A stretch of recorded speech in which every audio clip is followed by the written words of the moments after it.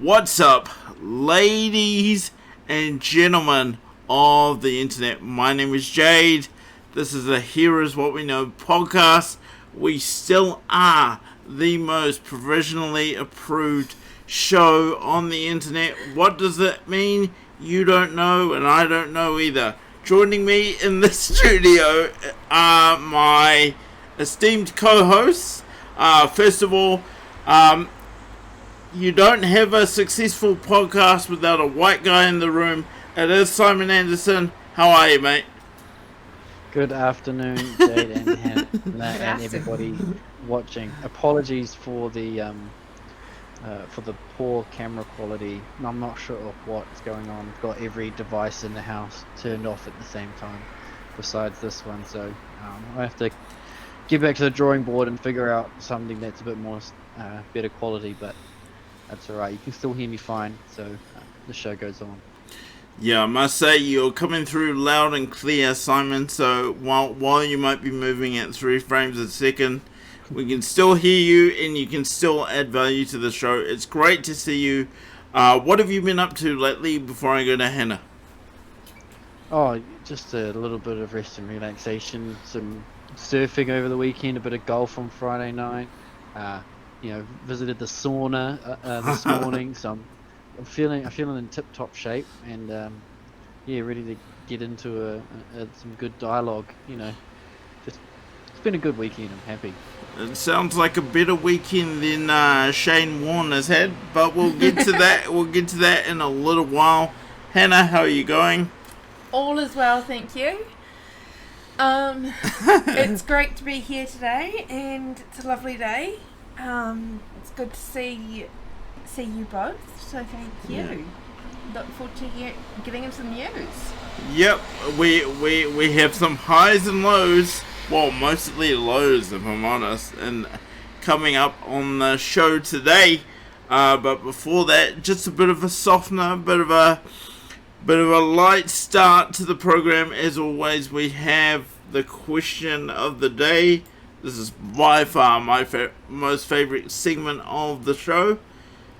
Today's question is... Now this is quite a reflective question, I must say, guys. You think about the situation between Russia and the Ukraine at the moment. Have you ever won a dispute only to regret it later? Have you ever won a dispute only to regret it later? And ladies and gentlemen, watching this from home on Twitch or DLive, we can see your responses in the chat, so feel free to leave those in there, or if you're watching it on demand, we'd love to hear from you in the comments. Simon. Interesting question. I like it. It's very good. I suppose I have. I mean, I try to live with, on the whole, a life with no regrets. So you try and learn and whatever you can from mistakes and not try and regret things so much. But I guess best has been a few times where I've pushed the point where I've been right, to the detriment of, I guess, the wider group in the situation, if that makes sense. And, yeah. The sweetness of being right is definitely tainted when there's a few people that, I don't know, don't appreciate it, I guess. So that was kind of where I was headed with this. So that's really great, Simon. I'll hear from Hannah, and then I have a bit of a supplementary for you guys. Hannah, have you ever won a dispute only to regret it later? No, I can't think of anything off the top of my head. Really? But... You're a woman.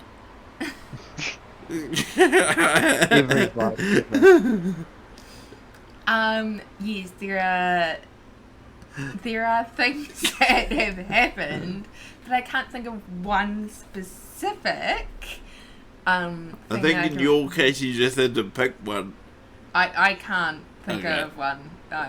And what I'm thinking of, that it might have been that I didn't realise it until straight after, or a couple of months later. So the effects after, so you can definitely win it, and then win a dispute, and then it is terrible afterwards. Actually, it then affects the individual wrongly, and two, it affects them long term, and the long term effects that it can have. And then also, I think you just need to stop and take a minute and think: is it worth trying to know that you're right, or actually take a step back and listen to the one next to you? So for me, and I was thinking when I put this question in this afternoon, I'm like, oh no, is someone gonna think I'm like projecting questions so I can counsel myself on the show? But it's not quite that. But I was thinking about the situation in Russia and how no one seems to really get what he's on about, and I suppose Simon will get to this a bit later. Hopefully you can help us, but it seems like the whole world is against Putin right at the moment, and I just want to say that I'm a little bit stuck on something I learned this week about Russia being one of the last nations on the planet that backs their monetary reserves with actual gold, right? So that's what I was told. You'll be able to tell me whether that's true or not. But it just strikes me that when you win, do you win? Because I'm not sure that every argument that I've wanted to win necessarily benefited me in the end. And certainly interpersonally, you reflect on the things after the fact, and yeah, you do kind of regret it. So what I am projecting through this question, I suppose, is maybe we will regret not at least assessing what Putin is up to. We're just calling him a bad guy without really getting into the detail. Do you know what I mean? Yeah, I do indeed. And yeah, it's like he's managed to unify countries and commercial organizations in this all-out war against not just him, but the whole country of Russia and just general people, with all of the sanctions and denial of services that have started happening. It is unheard of, I guess, to see such unity in condemning something that looks no different than to what America's done for the past 20 years in terms of invading countries. And they don't even invade the countries that are geographically linked to the United States. At least Russia shares a border with Ukraine, so there is a bit more of a legitimacy in this sort of aggression. But I totally agree with your point. The fact that his country has a gold-backed currency can't really be understated, because it's probably one of the last things that's holding. What are they called? The SWIFT banking network. If Russia is out of that, which I can't remember where that's at, whether they're completely gone, they're just teasing it. I think it is. I think they've pressed the button. I think they're out. Yeah. So that removes any sort of tangible liquidity. Yeah, and any sort of tangible value behind what most people trade as dollars. Regardless of where it comes from as a country. It's just all paper notes. So yeah, thanks for that, you guys. Remember, if you are watching the stream now or after the fact, We'd love to hear your response to the question of the day, and I'll just throw it up one more time in case you've only just joined us. The question for today is, have you ever won a dispute only to regret it later? So we'd love to hear from you on that. But for now, today's first news story. And Hannah, I think I'm going to let you go first, if that's alright. Mm-hmm.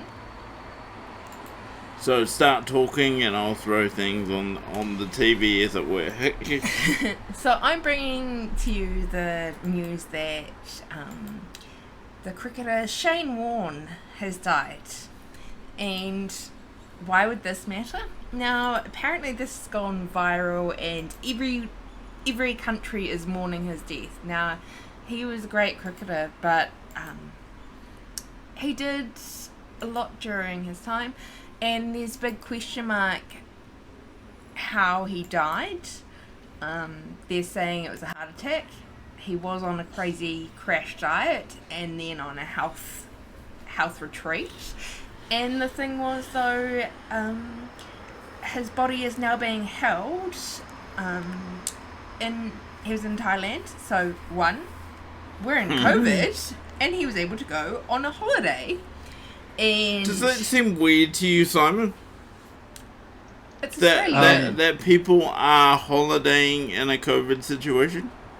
They get like business visas and they can just travel. You know, what's an extra couple or few $100 or $1,000 or whatever to get a business visa and say that they're traveling as some sort of consultancy or whatever.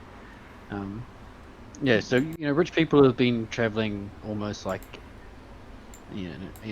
there's not much of a difference, especially outside of New Zealand. Yeah. Lots of other countries have already started international travel. Yeah, and I just thought, so his body's actually being held by the hospital there in Thailand, and they're questioning wanting to have a look. Wanting to have a look. They want an autopsy. Everything looks clean from their thoughts of it not being an accident, but not being a murder. But the thing that they're first saying is we need to actually be clear and be confirmed that he doesn't have COVID before we let his body travel back to of course back to Australia for the state affairs that is being arranged for him. Oh, he's going to get a state funeral and everything. Wow. And he's going to have a stadium named after him. Wow. And yeah. No, and I learnt something new about the statue that's has been there for many years outside the stadium. But I learnt something new about the statue. So Shane Warne has had many issues with his weight, and I learnt that this is literally in an article I read, and they're literally saying that the artist said, so which one do you prefer? Do you prefer the statue, or do you prefer the way that you look? And he's been named Tubby, and literally, so I think literally as soon as he was introduced into cricketing, he has been on these highs and lows with his weight, and not a positive way to live. So there's a big question mark on what is the real story. Yeah, I got to tell you, when I saw heart attack, I don't know what it is. Maybe it's my conditioning or whatever, but I went straight. Wow. I went straight to cocaine, big night. Got out of hand and cucked it. Apparently, after doing a little more reading, just before we went live, he wasn't that type, but he was known to have a few drinks now and then. I call that spin from his manager, but Simon, what do you think? He's had a well-documented experience with illicit substances. Okay. Guaranteed that the tour lifestyle of a professional cricketer, especially the Australian team, and some of his other professional cricket performances. Yeah, he definitely would have made some high-level connections to experience the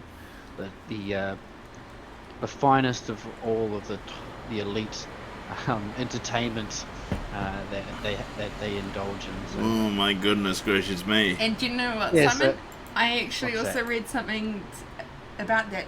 They also tried to put a spin on this and say that 90% of those drugs that he's ever taken was for weight loss reasons, such as a banned diuretic drug that then caused him to be banned from the World Cup series, from the World Cup cricket series, because it was found in his system, but it was for weight loss.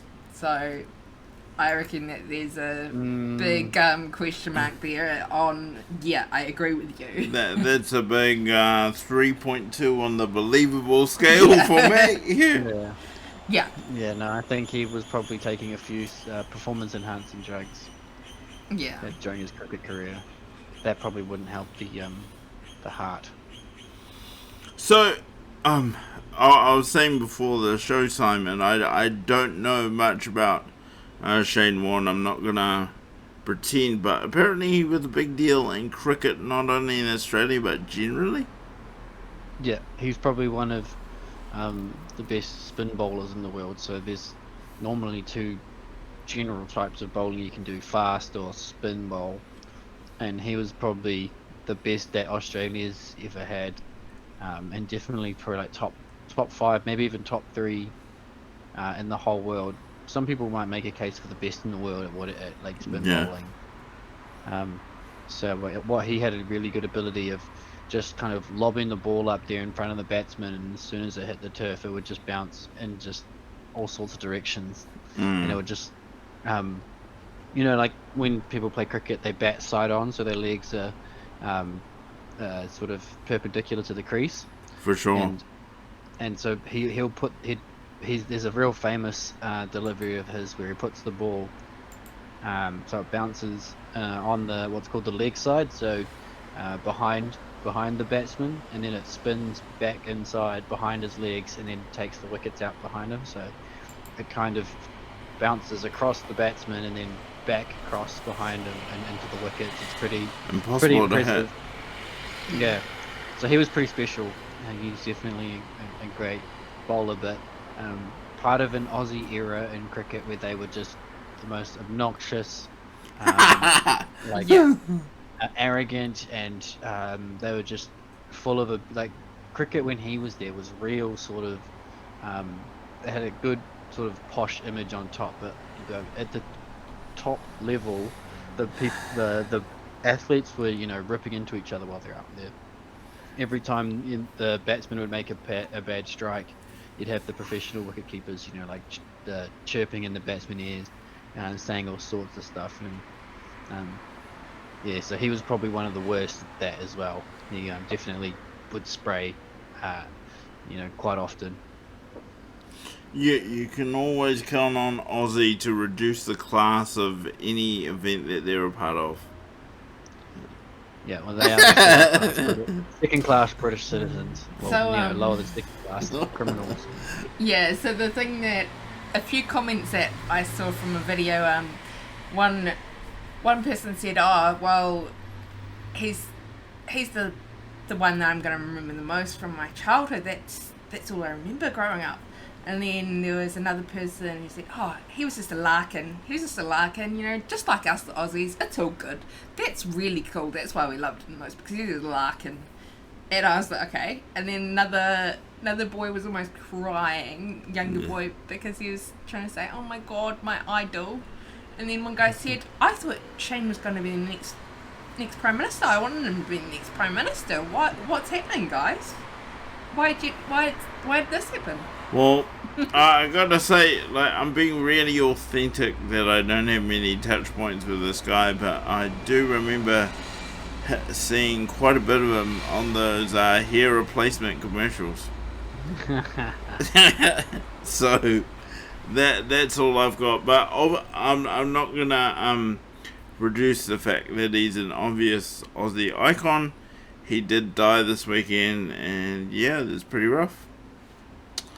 I just want to show you one photo here, Simon. This is from our articles for the day, but this is what happens when you're famous and you die in Thailand. You get people running all through your hotel room, which is really unfortunate. Well, is that like at the actual scene? Yeah, that's the crime scene, or the scene. We shouldn't say crime scene. Yeah. No. Yeah. Potentially. You never know. So he was on holiday with 4 other individuals, and he'd just gone up to his room, and that he was supposed to go down for drinks at 5, and that's why they suddenly went back up to him and said, why haven't you turned up? And he was non-responsive.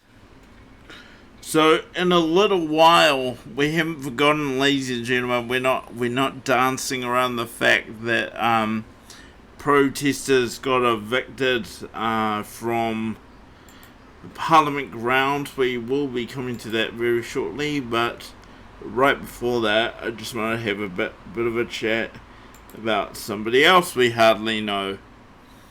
JJ Feeney's brother was apparently shot 22 times with a pellet gun on Fort Street in downtown Auckland. And not to dox myself or anything, but I only live a couple of minutes away from there.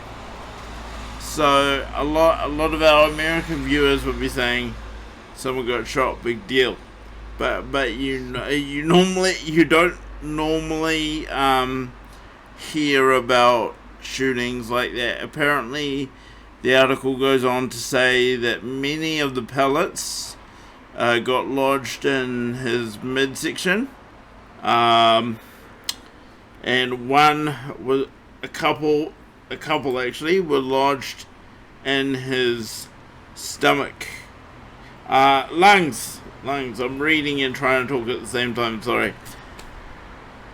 Yeah, and one narrowly missed his heart. So, Simon, I didn't actually know pellet guns were that strong. When you say struck by a pellet gun, I thought, oh, this dude got hit by like an automatic BB gun, and he got 22 different red marks on his body or something. But to have them actually penetrate and enter the skin and get close to the heart sounds pretty full on. You never know how sensationalized this article is from the truth. But it sounds crazy. I mean, the fact that it's not a real gun, you never know the level of damage. It could be minor, it could be major. It's just whatever they want to spin it as. My question, did anyone else get shot at the same time, or? Yeah, a couple of people did, but it's only because his sister's remotely famous that this guy, I actually pulled up the name just now, Paul Anderson. Yeah. Got shot, and apparently he's... No relation.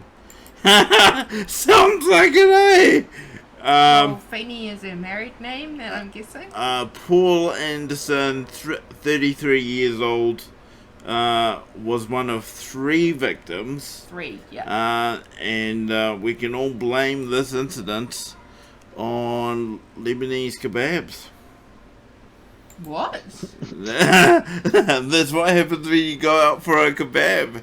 There's a kebab shop on Fort Street, and apparently they were attending there to get a meal after a night out, and boom.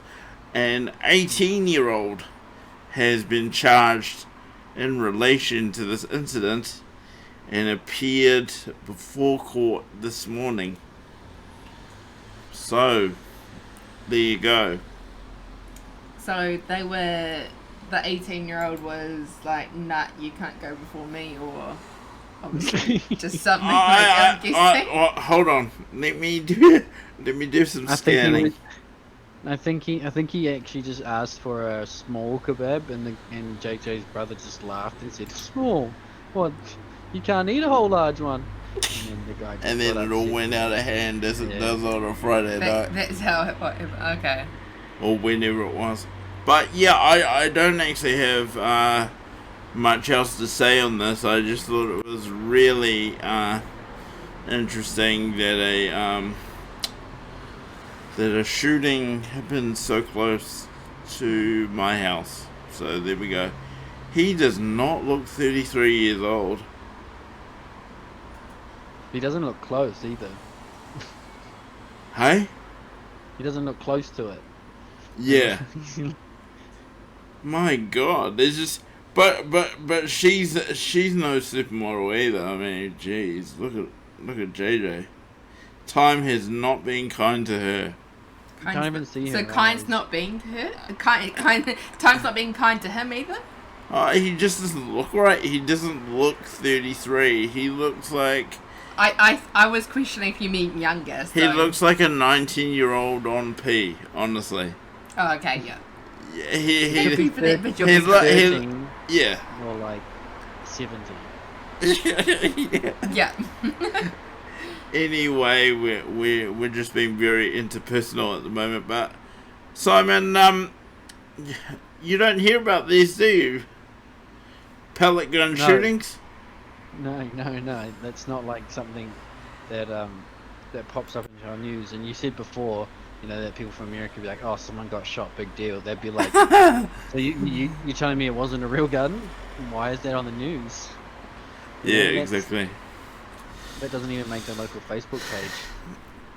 Well, I would definitely be checking the surroundings the next time that I go out for a kebab, and most likely won't be doing it at 2 a.m. anymore. How about that, Hannah? Yeah. Yeah. If somebody cuts in front of you, just let them, because you never know, you might get a few pellets to the guts. Yeah. But speaking of violence, we don't have articles around this. But Simon, I just wanted to get into the situation down at Parliament. The one thing that struck me about the eviction straight away was that cameras were rolling. So the media was obviously notified that there was about to be an eviction. I say it like this because it wasn't just that cameramen were on the scene, because you'd see that as normal, they'd be doing daily reporting, but it was the fact that on my YouTube subscriptions, because I subscribe to the news to, you know, help us with the podcast and things like that, there were 5 separate channels that were all live at the same time. They got it from all angles. Yep. And it was like quite early in the morning that the operation started, right? So Yeah. They made the reporters get up pretty early to set up those live streams, and made sure to capture every single brick thrown and every single weapon used. Man, that was a crazy scene, eh? I mean, it actually didn't seem too hectic, to be fair. Just a couple small fires. My most cynical take of the whole event is that the government will be quite happy that that slide burnt down, because that was a PR nightmare for them, making an inaccessible slide that cost, you know, close to a house deposit. I was wondering if you were going to go there, yeah. You know, it seems a little bit too fortunate, I guess. They definitely had some young Parliament staffer in the crowd going, let's set the slide on fire. They love it. But they have committed to rebuilding it, haven't they? Oh, they'll do something better, because, you know, if they rebuilt it exactly as it is now, they'd get even more hate, right? Because they didn't like it the first time. Yeah, I do wonder if this is a bit of a tangent, so bear with me, but I do wonder if there are some elements of disability advocacy that are a bit disconnected to reality. In which way? So, okay, let's say this playground wasn't fully accessible, right? Mm-hmm.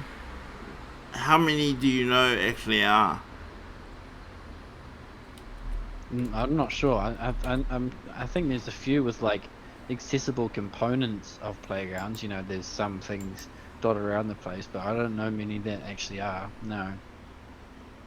From head to toe. And that's what I mean. It's like I want the community to be accessible. Don't get me wrong, but like, should we really get upset if the playground wasn't fully accessible? I mean, I just don't connect with that. It's not like everything needs to be a political statement all the time.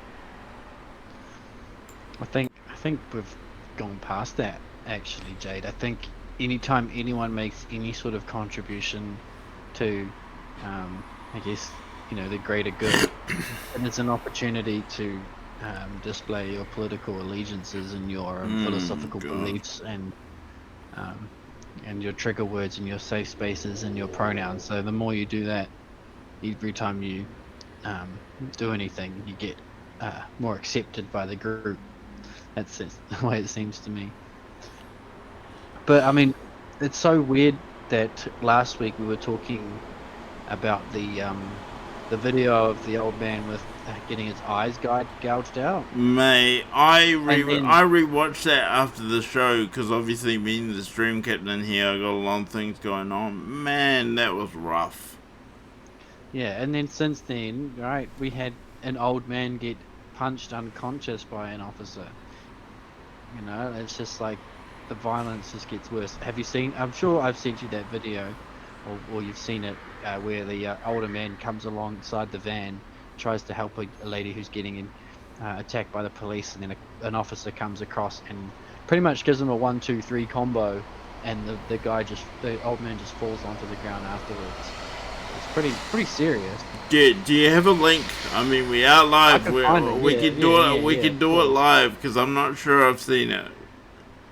And I'd just like to ask you both a quick question. What's your view on our Prime Minister literally saying that she has grown up in a police family, she sees herself a part of the police family, but she may not always agree with the police and their decisions, but it's sad to see that 120 something police are not fully vaccinated, so are not working right now, so it's a shame. So your question for us is what? What's your views on her commenting that? I think she's splitting her hair both ways. You listen to her phrasing. I may not agree with every operational decision of the police, but they can expect my full support. You literally just said nothing. Yeah. I mean, I'm black and I know that, right, Simon? That is her art form. That is her best communication tactic, is answering without actually answering anything. Yeah. Helen Clark was really good at that, actually. And I thought she was really good at doing it.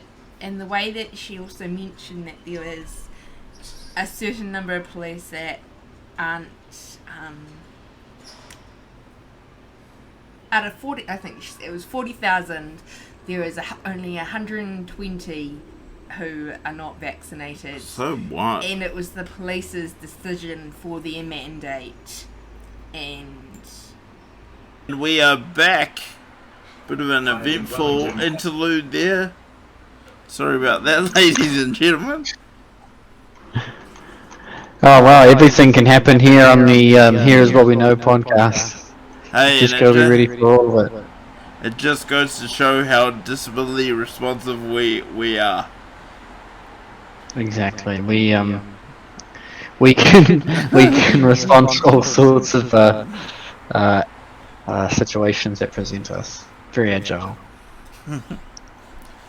So Simon, you're just getting us a clip that I haven't seen. Yeah, I must have scrolled past it because I found it before, but now I'm struggling to find it.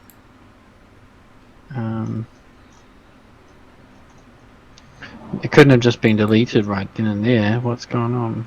Oh, whoa. Um, I thought I had it before and then I've lost it. I'm sorry. That's okay. Do you just for the sake of editing, do you want to run us through what you've seen, and we might leave it at that. So basically, what happens is there's a lady getting attacked by police on the ground, and an elderly man comes along to try to help this girl out because she's getting, pretty badly attacked by the police, and then he gets pushed back by one cop, and then another cop comes over the top and basically gives him a 1, 2, 3 piece combo straight to the face and drops him onto the concrete. It's sickening, and I'm sure I'll find it. It was right here. That's okay. We can hang on. We've got time. But I mean, I've been saying with my friends, it's been really hard seeing people find it easy to sympathize with police to try and and that are brutalizing and attacking these people than it is to sympathize with the people that are down there protesting for the end of mandates, which isn't unreasonable. It's not some sort of unrealistic request that warranted the complete shutout of any sort of acknowledgement or negotiation or communication. They just discredited them straight away. I think I said this last week, but I don't remember this with the Occupy Wall Street protest at AT Square. Or the Black Lives Matter protests, during lockdown the first time. They talk about the damage and the unsightliness that is being caused by these protesters, but do you, like me, Simon, question whether some of that damage was literally caused by police tactics? They, at every step of this protest, for the 3 weeks they were there, the antagonization came from the government or the police. The first stuff was the sprinklers and the obnoxious music and all of that carry on by the speaker, and then the police with their tactics of closing them in, cutting off their access. It's everything that the police did was run like a military operation against a hostile force. It's people don't accept that that's actually how it is. People still don't pick up on it. A lot of people have picked up on it for the first time, but when a protest group goes up against the government that they don't agree with, they are treated like a hostile force. They have their military briefings, they have the police briefings, they have the briefings with the politicians, and they treat this like an operation of a hostile force that needs neutralizing, whether it's through where they what's the word, where you infiltrate an organization and you get it to act and behave how you want by infiltrating and guiding the direction, or by completely discrediting and dismantling it, like they did with the protest group out in front of Parliament. They decided that the best way to do it was just to just relentlessly attack them in the media to get as many people on side with you as possible, and then tarnish their image by making them seem like filthy, dirty, violent thugs, and then kick them out and hope that the public opinion is in favour. And that begs the question, does our government truly understand who it works for? Yeah, they do. They understand that they work for the corporations and the global think groups that pay for their bills and subsidize the national loans that the government takes. That's who they work for. They don't work for us. They know that very well. We just think they still think they work for us. But okay, I want to follow that train of thought though. So you're saying, oh no, she works for corporations and stuff like that. Mm-hmm. Who actually brings in more tax dollars? Is it people or corporations? I'm not sure. Probably people, I guess. The middle class. And the Yeah, poor people because probably bringing them. Yeah. I would beg to question that while we're often sold this perception that corporations have more influence, power, and money, I suppose per capita you couldn't argue with that, but on the whole, no, people power definitely wins. But without people, there are no businesses. Without people, there is no government. And I suppose that the thought that I've been left with in this whole ordeal is that the government, our government, and the framing of the government, the media's perception of the government, is that they are separate from us. And I think that's really disappointing. Exactly. I mean, if anything, people should be questioning the mainstream narrative because they are trying to get you to think a certain way. Regardless of how you think, the news is not coming to you in a neutral delivery. They want you to come away from their news segment with a certain thinking pattern and thought pattern and emotional reaction. So, you know, you've got to analyze all that media through that with that reality. Oh man. And but there is, but before we go this evening, there has been some positive news, and I almost forgot to raise it with you, Simon. Oh yes, and what was that? There has been some court cases. Yes, there has. That you brought to my attention early this week, and I wondered if you could take a couple of minutes to talk about those. Well, I mean, our New Zealand viewers might be aware that the Defence Force and the police force got their mandate overturned through the High Court, and the lawyer that brought that forward anticipates that the government probably won't appeal it, which is pretty cool.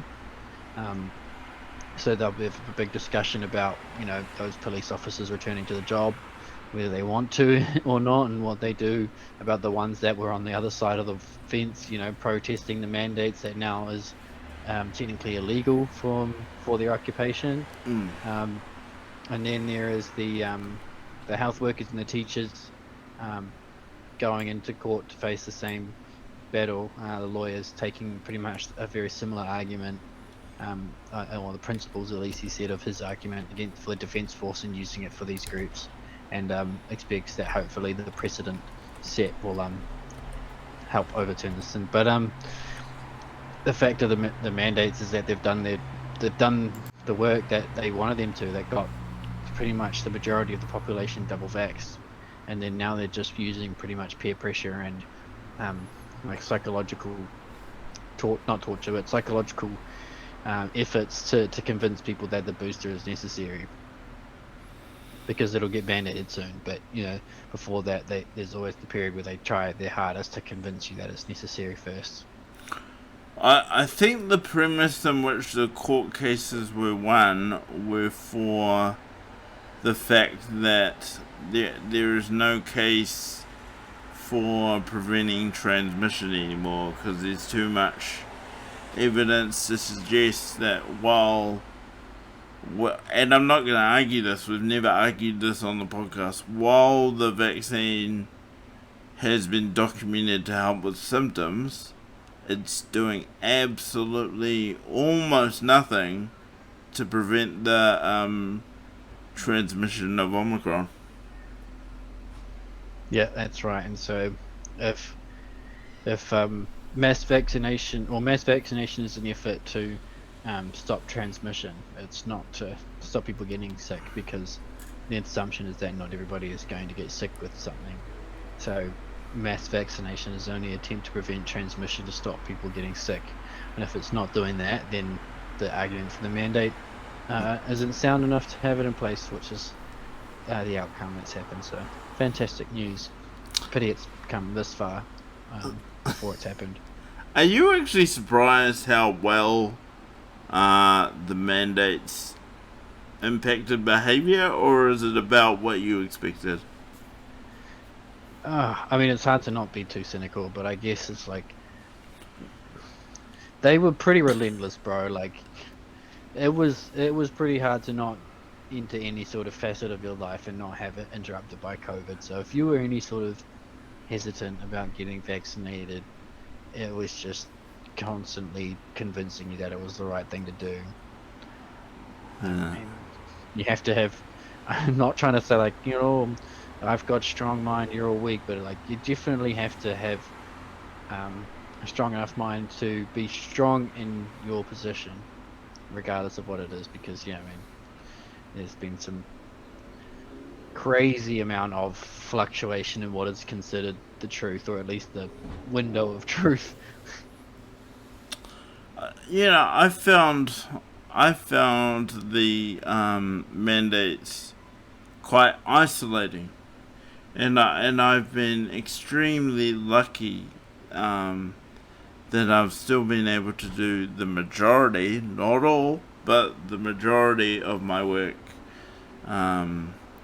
despite the mandates. But still, I've found them incredibly isolating, and I'm sure many others have as well. And I cannot imagine what it has been like for people with mortgages, children, responsibilities generally, and being told, if you don't jab your arm, you're out of here. I cannot imagine.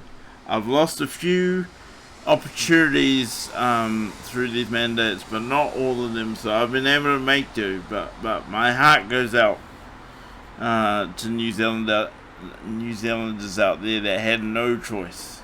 Yeah, plays on my mind quite a lot, so I've been thinking about that.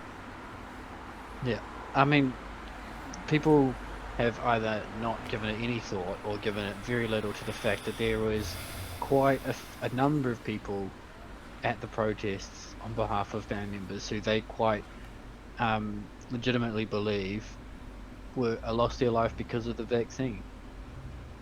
I mean, that alone is enough to legitimize the group of people outside the Parliament building.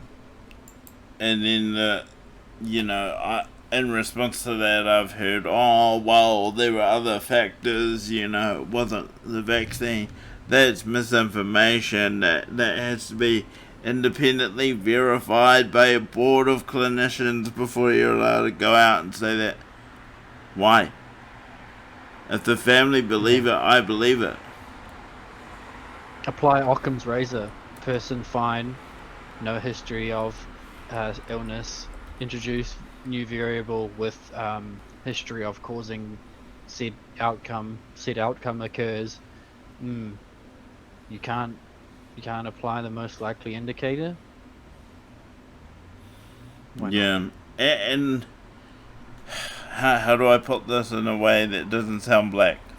But I've noticed that more and more we've been conditioned to only accept the views of authority or people with like qualifications or degrees or tenure at a certain university or whatever. What I constantly say to people from all walks of life is there's nothing stopping you from reading, learning, and questioning. You are allowed to question whatever you want. Yeah, it's a phenomenon that's definitely kind of emerged in the last 20 years or so of the, I don't need to think for myself. There's an expert in every field that's done all the thinking for me, We've got this society where we live in where everybody's so specialised that there's no need for you to think and form your own opinions because there's an expert to give you your opinion. And I watch a lot of YouTube, and maybe I'll find the link after the show. I wasn't actually ready at the time we went live, but there was sort of this breakdown about misinformation and the use of the word, and the fact that at one point it was misinformation that masks didn't help, for example, and it turns out masks help very little. There was a study done, and That's full circle, right? Because we yeah. started out saying masks did nothing, and then everybody need to mask, and wear double masks and 3 masks, and now let's go back to masks do nothing. And that's it. And like the concept of misinformation, I know this is pretty extreme or whatever, but at one point the experts back a couple thousand years ago were saying the planet was flat, and if you disagreed with that, you were literally killed. And it's sort of like, I'm not saying there aren't like authentically true facts to everything in life. There's your dog again, Simon. But I just welcome the concept of questioning everything, gathering data, and learning along the way. And if we're learning that the vaccine is not super effective against transmission, and arguably lesser and lesser effective against the symptoms of COVID-19, then maybe we should just be open to discussing that. I'm not saying I'm a doctor. I'm just saying let's be open. Yeah, there's such a narrow window of acceptable topics. I'm sure we've said this many times on here about, you know, the allowable takes for you to have in public on certain topics is so tiny, but it just means that it shifts so quickly that, you know, to be outside the group think can mean that you're ahead of the curve by not very little, you know, sometimes weeks, days. But even being ahead of the curve can get you cancelled, it can get you assaulted, it can get you fired and unemployed. You know, being ahead of the curve is dangerous. Well, I mean, we're gonna wrap this show really soon, but I just want to touch on the fact that you, many months ago, I can't put my finger on it. Maybe I could have an intern look for the file for me. But one episode, you were talking about the Great Reset. I had no fucking clue what you were on about. I couldn't really connect the dots, and now the Great Reset is like a full-on thing, and people are accepting it. Yeah, well, that's like, it's gone through this weird phase where it was a conspiracy theory, you know, or they went from obscurity into a conspiracy theory, into people going, oh no, that can't happen, and then now it's kind of splintered off where the people are like, hey, you know, this bad stuff is coming true that they wrote about in their planning documents and their role plays and their scenario building, you know, this stuff is coming true. And then some people are like, oh yeah, some of these things are actually quite cool. I think I do like these things that are being forced on me. Wow. It's weird. It's so weird, you know, like we've got to this point where they can't deny the fact that they wrote all these documents and had all these summit meetings planning how the global world was going to function as one giant society. And so they either have to say, yeah, this is happening, this is what we want for you, this is the future, you know, or they deny the fact that it's a conspiracy. But, you know, they can't deny that. They can't go, oh, you know, this is not real. They have to say, yeah, it's real and it's a good thing, because denying it would just be impossible, because the conspiracy theorists have, you know, made it so public.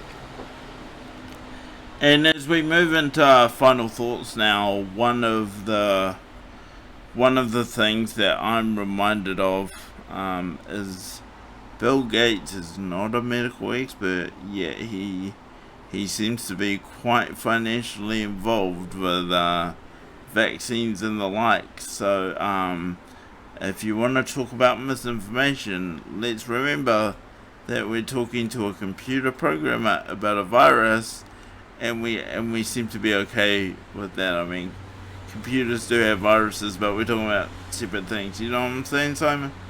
Mm-hmm. And he's also not a farmer, but he's the biggest landowner in the United States too. Now, I wonder why that might be.